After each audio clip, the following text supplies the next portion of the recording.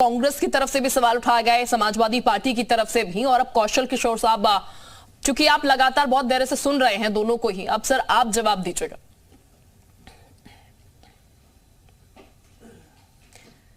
Sir आपकी आवाज हम तक नहीं पहुंच पाई, शायद आप म्यूट पे चले गए। हेलो, अभी आवाज आ रही है? जी बोलिएगा सर। मैं ये कह रहा हूँ कि अभी हमारे मित्र बोल रहे थे, जब हमने ये बताया कि 41% बेनिफिट मुस्लिम्स को गया तो इनको बहुत कष्ट हुआ। क्योंकि इनकी वोट बैंक खिसकने लगा। इनको समझता होगा कि भारतीय जनता पार्टी की पॉलिसी से 41% मुसलमानों को फायदा कैसे हो गया, जबकि यही लोग अभी पिछले स्पेल में सच्चर कमेटी के नाम पे रोना रो रहे थे कि मुस्लिम समाज सबसे पिछड़ा है, वही पसमानदा सबसे पिछड़ा है। उसी पसमानदा वाले मुसलमानों को 40% बेनिफिट मिला है सारी लाभार्थी योजनाओं का। ये आंकड़े मेरे नहीं है, सरकारी आंकड़े हैं, जाकर के चेक कर लीजिए। और दूसरा आंकड़ा भी समझ लीजिए, पूरे हिंदुस्तान के जितने मुसलमान है उसमें कोई न कोई योजना लेने वाला लगभग 70% मुसलमान है। इसे कहते हैं स्टेट वेलफेयर, इसे कहते हैं वेलफेयर पॉलिसी, एक क्रॉस द सेक्शन, जिसमें न कोई जाति है न कोई धर्म है। हम ये देख करके नहीं करते हैं, आपको बहुत कष्ट हो रहा है। और दूसरी चीज बता देना चाहता हूं, ये जो मुस्लिम आरक्षण की बात करने वाले हैं गरीबी के नाम पे और इसके नाम पे, तो इसका जवाब सुन लीजिए। जब हमारा देश आजाद नहीं हुआ था, उसके 800 साल से मुस्लिम राज कर रहे थे। इन्हीं पॉलिटिशियंस की पॉलिसी की वजह से वो मुसलमान सच्चर कमेटी की हालत में पहुंच गए। वो लोग जो पूरे देश में राज कर रहे थे, उनको भिखारी आपके पास पिछली सरकारों ने किया है। और यही वजह है कि आप देखिए जैन कम्युनिटी प्रॉस्पर है, जितनी अदर माइनॉरिटी है। आप ये देखिए कि जो अदर माइनॉरिटी कमेटी है, आपको पूरा करने दीजिए, पर तारिक साहब आपके पास आऊंगी मैं। पारसी कम्युनिटी है, वो सबसे धनाढ़ कम्युनिटी है। जैन कम्युनिटी धनाढ़ कम्युनिटी है। सिख भी अगर माइनॉरिटी में आते हैं तो सिख भी देखिए कितना प्रॉस्पर है। लेकिन वो मुस्लिम कम्युनिटी जिसने 800 साल राज किया था सबके हिसाब से, वो इतनी गरीब हो गई कि सच्चर कमेटी तक पहुंच गई। इसे क्या कहते हैं? इसे कहते हैं लोगों को बेवकूफ बना करके, मुसलमानों को बेवकूफ बना करके उनको लूटना, उनको घसीटना और उनको सच्चर कमेटी के लेवल पे पहुंचा देना। ये राजनीति भारतीय जनता पार्टी नहीं करती है। भारतीय जनता पार्टी सबका साथ, सबका विकास, सबके प्रयास से पूरे देश का उत्थान करे। और यही वजह है कि पिछले 7 सालों में या 9 सालों में, मुझे साल का फर्क हो सकता है, 13 करोड़ लोग गरीबी रेखा से ऊपर आए हैं, जबकि पूरा विश्व इस समय कोविड महामारी से नहीं उबर पा रहा है। तब भारत में बैकवर्ड क्लास, जो अति पिछड़ा, अति गरीब है, यानी बीपीएल वाले हैं, वो 13 करोड़ तो बीपीएल से ऊपर आए हैं।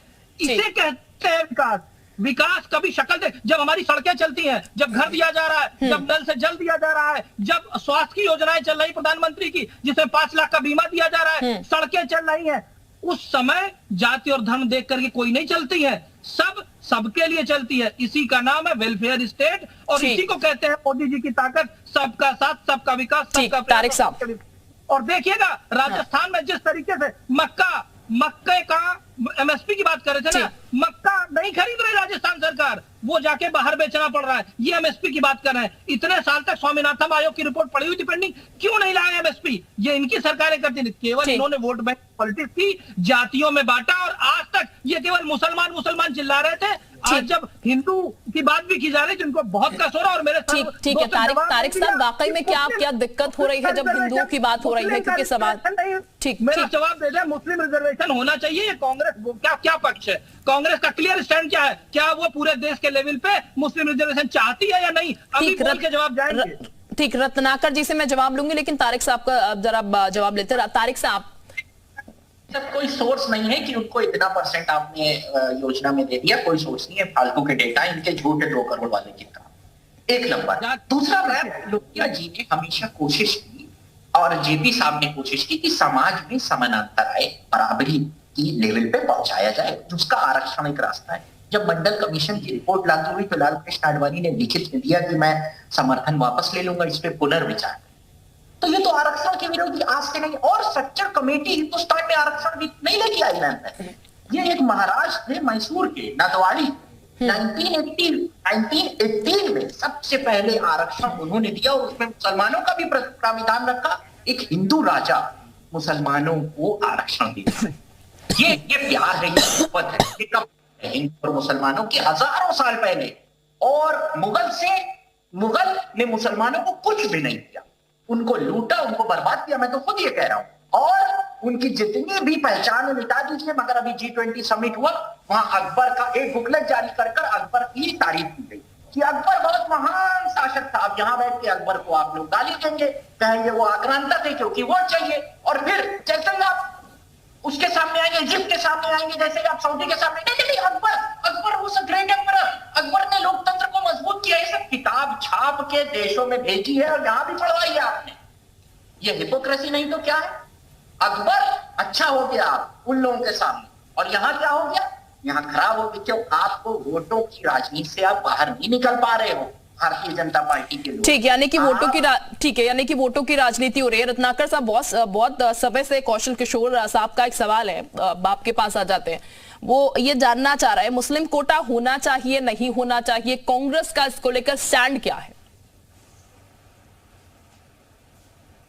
देखिए शिल्पा जी, मुसलमानों को मुसलमान अगर गरीब है जी, पसमानदा मुसलमान है, और उसको अगर रिजर्वेशन का प्रावधान मिल रहा है राज्यों में अनुच्छेद 15 के तहत, तो उसका समर्थन हम करते हैं।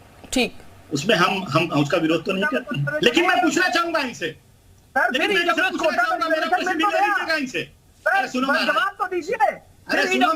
उनको रिजर्वेशन मिल गया ना, तो फिर किस चीज की बात कर रहे हो आप? यहाँ पे राजनीति करने आए हो? नहीं, अरे सुन लो भैया, अरे आपकी बौद्धिक क्षमता पे मुझे शक हो रहा है, आपकी बौद्धिक क्षमता पे। मुस्लिम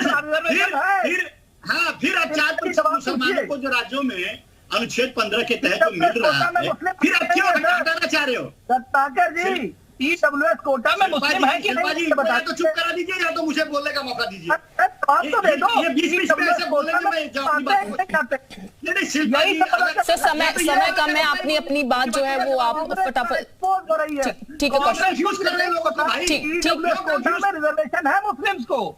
ठीक है कौशल जी, आप जो मुसलमान गरीब है उसको मिलेगा ही, तो वो तो EWS से मिल रहा है, तो फिर किस बात में 4% दे रहे हो? सुन लो, आप पहले क्लियर हो जाओ, मैं कहना चाहता हूँ। वही तो पूछ रहा हूँ, बताओ ना। मुस्लिम मैं बॉबी साहब के पास चलती हूँ, फिर मैं वापस आपके पास लौटूंगी, उनके पास चलते हैं। बॉबी लॉरेंस साहब, क्योंकि आप तमाम राजनीतिक पार्टियों को सुन रहे हैं और बहुत बेहतर तरीके से सुन रहे हैं कि किस तरीके से ये पूरा हो हल्ला कह सकते हैं एक तरीके से आरक्षण को लेकर जो मचा हुआ है। सर, ये एक नीड ही है पार्टियों की आरक्षण को लेकर, जितनी बार ये बहस छिड़ती है, जितनी बार ये मुद्दे उठते हैं, क्योंकि जाहिर है पॉलिटिक्स है तो फिर आरक्षण भी है, उसमें तमाम ऐसे मुद्दे हैं जिसको लेकर ही राजनीति और होती है, और उसमें ये एक प्रमुख मुद्दा है।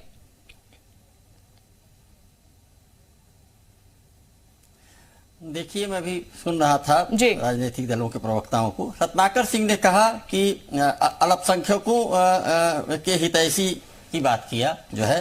देखिए, अल्पसंख्यक का हितैषी कौन है आप बताइए? अभी क्रिश्चियन कम्युनिटी भी अल्पसंख्यक में आती है, जैन भी आते हैं, पारसी भी आते हैं, सिख भी आते हैं, और 2 समुदाय आते हैं।